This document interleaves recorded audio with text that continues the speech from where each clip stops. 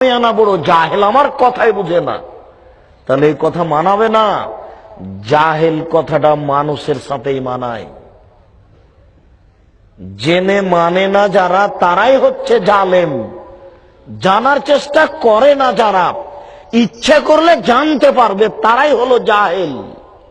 টেবিলকে জাহেল বলা যায় না, এই বোতলটাকে জাহেল বলা যাবে না। মানুষকেই বলা যাবে। কেন? মানুষ চেষ্টা করলে বুঝতে পারবে, চেষ্টা করে না যারা তারাই হলো জাহেল। জানার পরে মানে না যারা তারাই হলো জালেম। জানার পরে মানে না যারা তারাই হলো জালেম। জানার চেষ্টা করে না যারা তারাই হলো জাহেল। তাহলে জালেম আর জাহেল এই দুইটা কথা মানুষের উপরেই চলে, পশু প্রাণীর উপরে চলে না।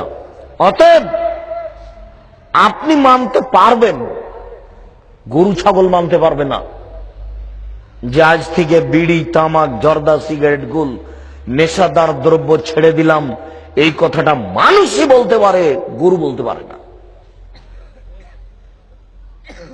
দুই, রাজলাতু মিনান নিসায়ে, পুরুষের বেশধারী নারী, যেসব নারী পুরুষের পোশাক পরে এরা জান্নাতে যাবে না। রাস্তাঘাটে, ঢাকা শহরে, ডুমনি বাজারে, যেখানে সেখানে যেসব নারীকে দেখছেন গেঞ্জি গায়ে দিয়ে জিন্স প্যান্ট পরে চলছে, এরা সব জাহান্নামে যাবে। আমি অনুবাদক, 1450 বছর পূর্বে তিনি মুখ দিয়ে যা বলেছেন, ওটা আরবিতে আছে, ওটা আমি অনুবাদ করে শোনালাম। সারা পৃথিবীর মানুষের শতকরা 1999 জন লোক জাহান্নামে যাবে। প্রতি 1999 জন লোক জাহান্নামে যাবে। আর একজনের বসার জায়গা হলো 250 মাইল। একজন জাহান্নামীর গায়ের চামড়া হবে 42 হাত মোটা। একজন জাহান্নামীর ডান কাঁধ থেকে বাম কাঁধের ব্যবধান হলো একটা দ্রুতগামী ঘোড়া 3 দিন 3 রাতের পথ। একজন জাহান্নামের উরু রান হবে বাইজা পাহাড়ের সমান মোটা। বাইজা পাহাড় হলো 39 কিলোমিটার লম্বা। একজন জাহান্নামের দাঁত হবে ওহুদ পাহাড়ের সমান। ওহুদ পাহাড় হলো 4 কিলোমিটার প্রশস্ত আর 8 কিলোমিটার লম্বা। একজন জাহান্নামের দাঁত হবে ওহুদ পাহাড়ের সমান। একজন জাহান্নামীর বসার জায়গা হবে 250 মাইল মক্কা থেকে মদিনা।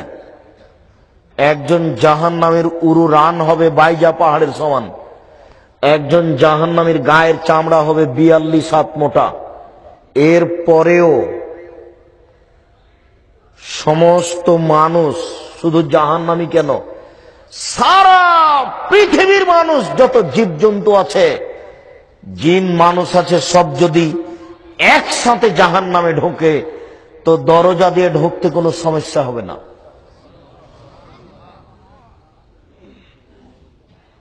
আর জাহান্নাম বলতে শুধু নারী আর নারী, জাহান্নাম বলতে শুধু নারী আর নারী, জাহান্নাম বলতে শুধু নারী আর নারী, কিছু পুরুষ 2-1 জন। আপনার মেয়ে হাজার হাজার মানুষকে পাপী করছে, নগ্ন হয়ে চলে, আপনার মেয়ে জান্নাতে যাবে, এটা আপনি কি করে বুঝলেন? আর আপনি জান্নাতে যাবেন, এটা আপনি কি করে বুঝলেন?